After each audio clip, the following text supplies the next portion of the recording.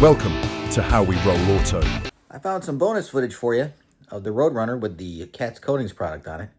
I figured I'd show it to you, a little short video here.